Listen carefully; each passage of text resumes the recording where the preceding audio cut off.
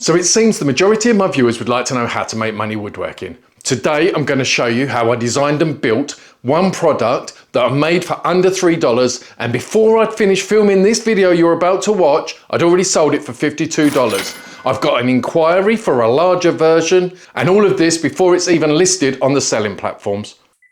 Here I'm cutting the nails out of these hardwood pallet stretchers. Some of the grain in this wood is absolutely stunning. I do try and get a bit too close to the nails sometimes, and I find myself clipping them quite often, so be careful if you're using a quality blade. Over to the bandsaw now to rip these pieces in half. If you don't have a bandsaw, you could do this on the table saw, cutting halfway through one side, flipping it over and then doing the other side. Guys, wear your safety goggles correctly, they don't offer much protection when worn like this. So I put these boards through the thickness down to about 10mm, which is about 3/8 of an inch. I've been suffering from terrible snipe on this machine recently, so I have a helical head that I'm going to put on as soon as possible.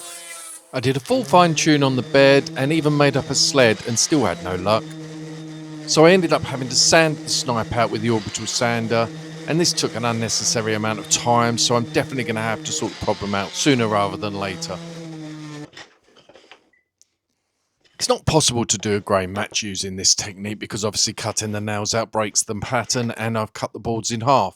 But I've taken the time to just try and get it as close to possible as a running grain, and it really makes a difference at the end. And once I get it as close as I can, I mark the boards so that I know what order they go in. So now I'm putting a true edge on one side, and then what I'll do is I'll flip the boards over and put a parallel edge on the other side. Just take your time. I'm trying to keep as much height as I can in this, so I'm just taking a slither off each time. That's enough to give us the true edge that we need.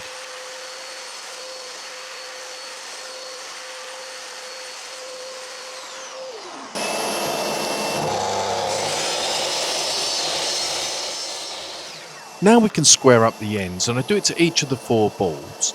I also cut them to length, which is 12.5 centimetres or 5 inches.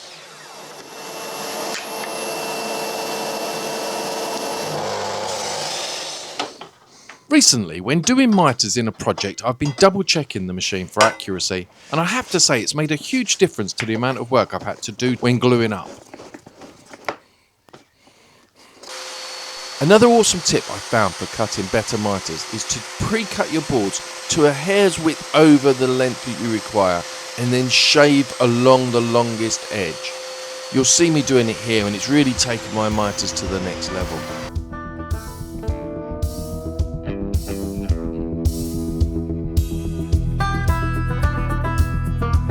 By using the adjustable stop block on this Banggood mitre gauge, I'm able to ensure that every piece is exactly the same length.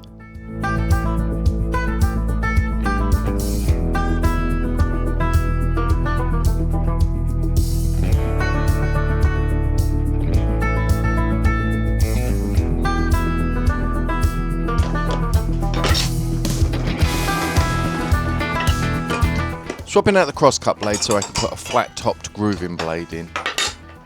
I'm using a 6mm version for the plywood base and a 3mm version for the perspex top.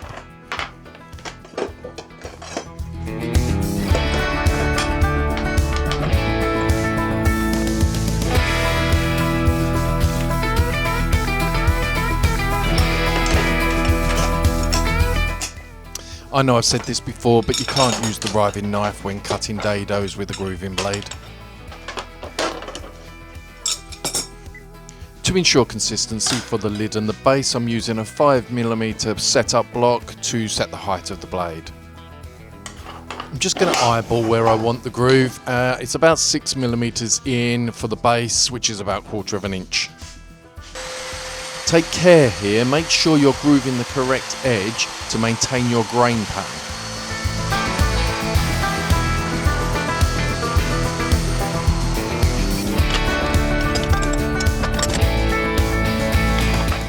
Now I'm going to change over to the 3mm blade, which is about 1/8 of an inch, to cut all the grooves for the lid, which is going to be perspex, and that's about 2.5mm thick.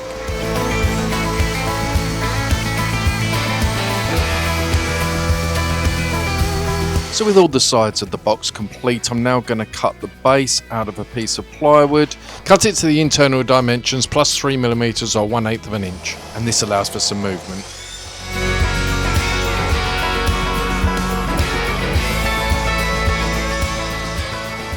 I cut the perspex lid with a laser, but you can do this even with just a craft knife.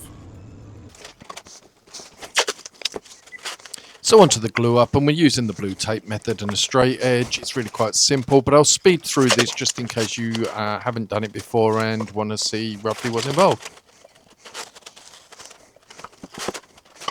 Using thin blue tape here just to protect the inside edges of the box from glue squeeze out, because it can be a bit of a pain to clean this up once the box is assembled. The mitres came out fantastic. There was a couple of micro gaps that needed a little bit of glue and a slight bit of sanding just to fill them, but I'll show you shortly how good they are.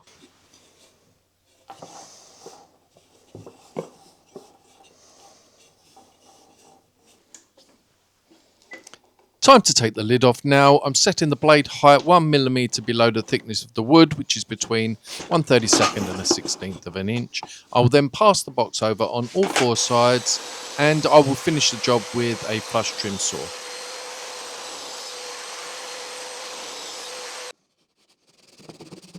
Once the box is in 2 halves, I've got myself a little flat sanding surface that I'm going to use to just take out the ridges left by the table saw and make sure that the 2 sections meet nice and flush.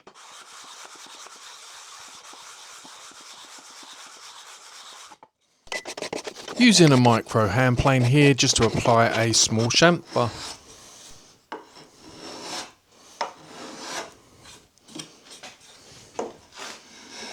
So with the chamfer done on the base and the lid, I'm going to break the edges now and put a finish on before I get to designing the interior. I'm using pure tung oil and it's making this grain pop beautifully. I'm using a small brush just to ensure that I don't go on the perspex lid. Using 1/4 inch basswood planks, I'm going to design the inside of this box to take 1 watch. The side walls will be taller than the base of the box, and this will hold the lid in place. Everything will be covered in flock sheets, which will give a nice luxurious look. I should have used mitered edges on the inserts here. I wasted a lot of time, 25-30 minutes, just trying to make templates up to cover the exposed edges on the butt joints. So I'm really pleased with the box. It's come out beautifully. There's some stunning grain detail while still being really subtle. Absolutely love it. It's not finished yet, but the inside is flocked and I've got a recess for the strap to go underneath. What I'm about to make now is a solid wood watch holder, and I'd like to do it out of the eucalyptus and have mahogany ends just to give a colour pop and a bit of contrast. So I'm going to do that now. My idea here is to make this slightly oversized to the opening of the box so that I can refine it on the belt sander. The strips are about 10mm or 3/8 of an inch thick at this point, and the inner piece, the eucalyptus, is around 2.5 inches or about 65mm.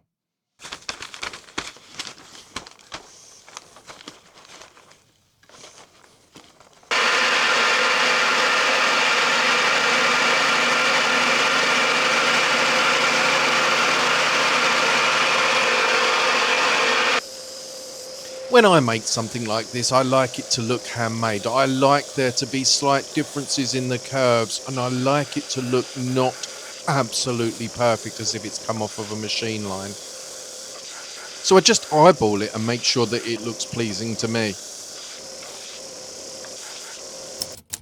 So I get these from my local pallet repair centre. They're 50p a length, and I used half a length. I used basswood for the inside of the box. The flocking sheets are 80p each, but I buy them in packs of 10. I've priced it at half a sheet because I can only get 1 more lid out of a full sheet. Total cost £2.25, and I've already got 1 sale at £40, which is $52, and I've got somebody interested in a 2-watch version. And that's the finished box. I think it's come out absolutely lovely. The grain is stunning while still being quite subtle. I've not seen anything like it before. It's absolutely amazing. The inside of the box is also really nice, and the watch holder is quite stunning itself. So that's that. So let me explain the second problem, the one that's going to make me remake this having sold it. I don't know if you can quite make that out in there, but there's a small crack in the perspex. When I was putting the chamfer on the underside of the lid, I had it in the vise. I think I must have over tightened it slightly, and I've stressed the perspex and cracked it. I should never have done that. I should have just put it on the side and just used either sandpaper. It was only a very, very fine chamfer anyway, or small chamfer, so that could have been easily avoided and not a mistake I'll make again. I will be using this one anyway, so I'm not too fussed about it because I think it's absolutely amazing. For more projects that you can make to sell, check out this link right here.